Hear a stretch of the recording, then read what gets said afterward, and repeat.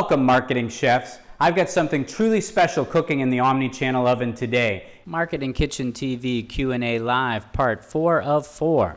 You asked the questions about big data, customer experience, customer support, privacy, CRM, lead generation, and I'll answer your questions here today in the Marketing Kitchen TV Q&A Live.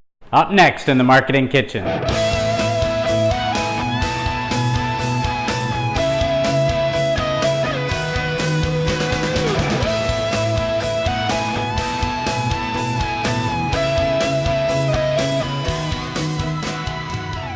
Welcome to the kitchen, the Marketing Kitchen. Hi, I'm Ron Vining, your host of Marketing Kitchen TV. Welcome back to the second episode of Marketing Q&A Live, where I will be taking questions in real time and answering as many as I can. When it gets to be too much, we'll cut it off, and then I'll just pick up where we left off. As a reminder, please make sure to ask your questions at the @MarketingKitchenTV Twitter feed with the hashtag Q&A, and I'll answer your questions here. All right, let's take a look at the first question we have. Sam asks, as a business continues to change with technology adaptation to tasks, as a business continues to change with technology, I think there's supposed to be a comma there, adaptation to tasks must occur. What are the benefits of changing to work with these new technologies? All right, as a business continues to change with technology, adaptation to tasks must occur. What are the benefits of changing to work with these new technologies? I really need a bit more context, Sam. I'm sorry, it's difficult for me to answer the question without a specific context to that. But certainly disruption in any industry, change of technology in any industry creates anxiety, and also changing from one system to another requires retraining, requires perhaps new hardware, certainly new software, a new mode of operation, and all of that requires a sort of a learning curve. And you can go that alone, or you can hire a firm like mine, which can do nuts to bolts, where we could actually create the technology for you, we could help you launch the technology, and we could of course scale your team to match that technology. Or it doesn't have to be tech, it could be a campaign or a program or a new type of product or whatever it might be. But that's always going to be inherent in human beings when doing something new. But the key though, and you're on the right track, Sam, is that a company must make sure that they are staying up to date with the pace of change, and they are continually evolving, adapting, transforming, or else they're going to be left behind because a new player into the market or your competitors are going to be utilizing technology to scale past you. So you don't want to be caught behind. So what are the benefits of changing to work with these new technologies? Well, again, that depends on what that technology could be. So utilizing an automation tool could enable one person to be able to do some of the tasks that would take 10 people to do, let's say. Utilizing a chatbot would free up your your telesales team or your customer service team, so that they can actually be spending more time with the customer because the chatbot directs them to an FAQ, or it answers a question for them, so that somebody that needed real one-on-one phone support didn't need that. Their time was not taken up because the FAQ or the answer the chatbot provided was enough. So those could be some examples of that. So it really does just depend upon what it is that you're asking. So if you could ask a more specific question the next time with a bit more context, it'll be easier for me to make sure that I fully address it. All right, next question. Peter asks, from a digital marketing perspective, are the 4 Ps still relevant? What enhancements or tweaks, if any, would you suggest in order to make the 4 Ps more applicable in a digital age?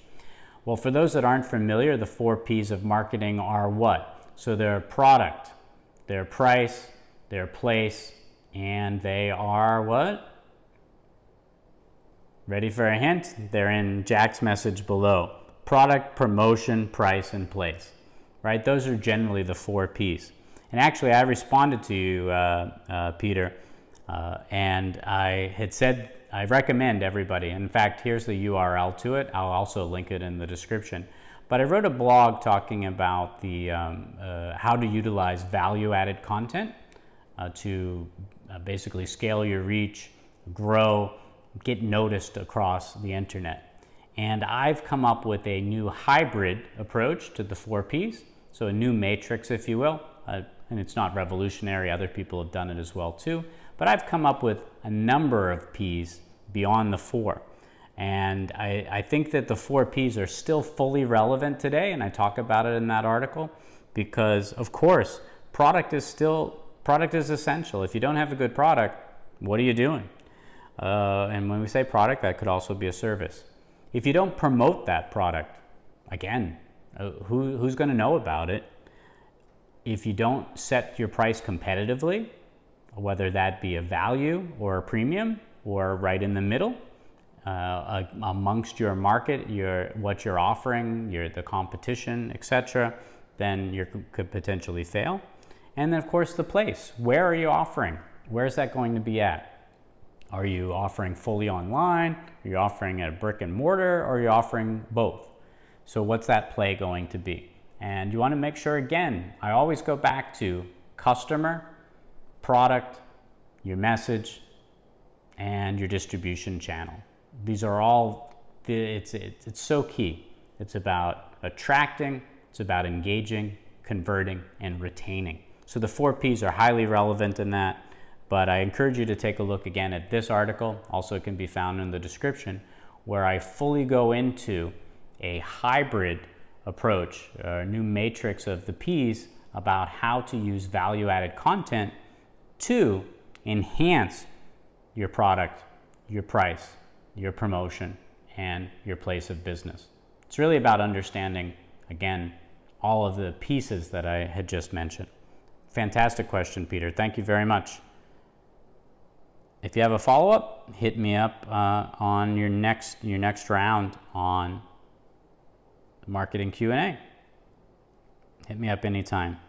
All right, Ashley's got a question here, and Ashley asks, digital disruption has affected the way companies must think in order to continue, evolve, and grow. How can non-digital companies avoid being put out of business while trying to keep up with the rapid changes of digital transformation? All right, that's a good question. Digital disruption has affected the way companies must think in order to continue, evolve, and grow. How can non-digital companies avoid being put out of business while trying to keep up with the rapid changes of digital transformation? Is there any such thing as a non-digital company? All right, right now I can think about one, a landscaper.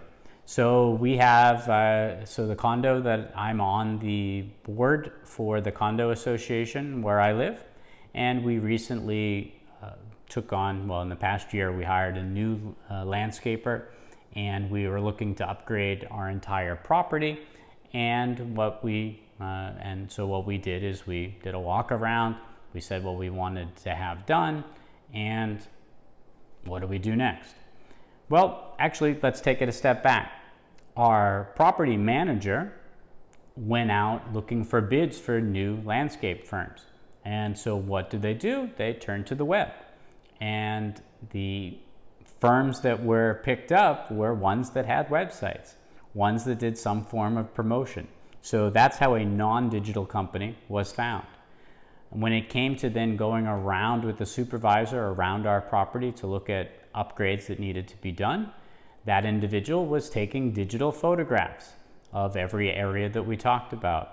That individual then put together a proposal in PowerPoint or in Photoshop, not sure which one because we received it as a PDF, but all of those still shots that they took had then been enhanced with other images or graphics to show a new landscape plan.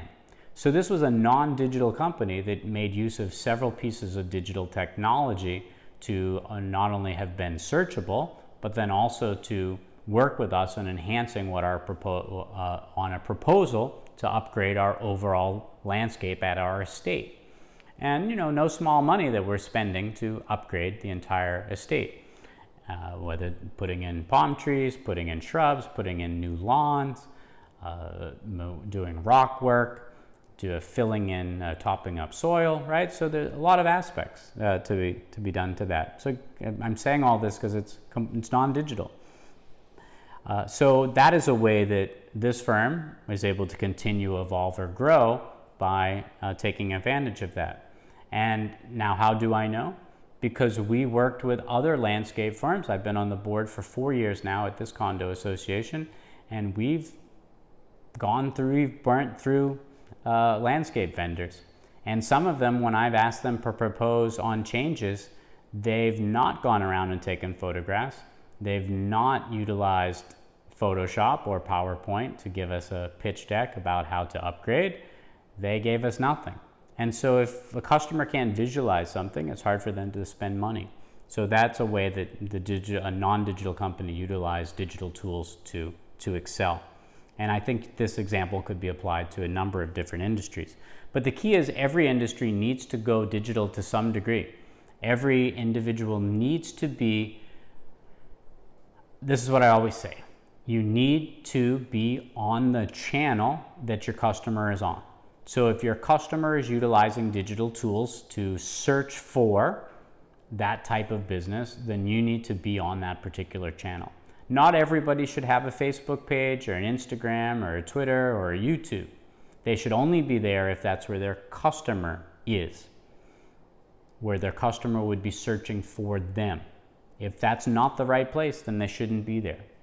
And that's why potentially EDM is more effective than social media, because maybe your customer is not looking for you on social. So the best place to reach them is to send them an email. Now the tricky thing with email, of course, is all the new privacy and data and GDPR and different laws that prohibit the opt-in, opt-out for email and for privacy and those things. So that has to be looked at. In politics, about the Cambridge Analytica situation. And one of the things interesting about Cambridge Analytica, and the whole reason everybody got upset, nobody got upset when Obama did the same thing 4 years before. Everyone got upset when Trump did it. So President Obama, President Trump. And the Trump campaign was only building upon the same platform that the Obama campaign had used 4 and 8 years prior to. And it is what it is. So one of the things that say that the Trump campaign is doing now, based upon research that I've done, is to bypass things like Facebook, things Twitter, Instagram, and the problem that resulted because of Cambridge Analytica is that they have been getting voters across the country to opt in to SMS, opt in to email. So they can bypass all media, bypass all layers of data privacy and security and hoops, and even from a financial perspective, not have to pay to play on someone else's platform. They have their own platform, if you will, to be able to direct connect with their consumer. So Ashley, to answer your question, in a digital age, even a non-digital company needs to be able to direct connect on the best distribution channel to reach their customer with their message to sell their product or their service. I hope that hit the sweet spot of your question. All right, up next. All right, Rain, let's see. Question about CLV. Fantastic. You know, I've recently been sharing, so the textbook author, a new MBA course that I'm teaching, digital marketing strategy text, I've been resharing parts of each chapter on social, both across my networks. And so my networks would be, when I talk about distribution channels, because I'm in Asia, I use WeChat, I use Line. I also use Twitter, I use Facebook, I use Instagram, I use LinkedIn, and I also use Pinterest. Again, depends upon what I'm sharing. I don't share across all of them for the same thing. And of course, here I am on YouTube. Anyhow, all of that being said, the posts that I did about CLV were the ones that actually received the most engagement and the most views. So the most eyeballs, people were looking to understand what CLV is. So CLV is customer lifetime value. So fantastic topic that you chose, Rain. So while CLV is an important metric for an effective business strategy, can companies miss out on profitable customer segments because they rely too heavily on traditional CLV scores? Well, that's a great question. And I would probably say yes, but it depends upon what the company is doing. So some firms are looking for the path of least resistance. So if they've got something that's working for them, they go for that. The whole idea between CLV is the fact of it's what BCG talks about, the cash cow, right? So it's about having that product that you just it sells itself. You've got that customer that just continues to keep buying it. Apple, in many ways, the iPhone is that for Apple fans. And Apple can even just come out with an incremental change of phone and people will buy it. Now we've seen, and not only Apple, but everyone in the smartphone industry has seen where the customer lifetime value is it's stretched out a little bit, because even the most ardent Apple fan now, rather than run out every September and get a new iPhone, says, wow, how many changes have been made between last year and this year?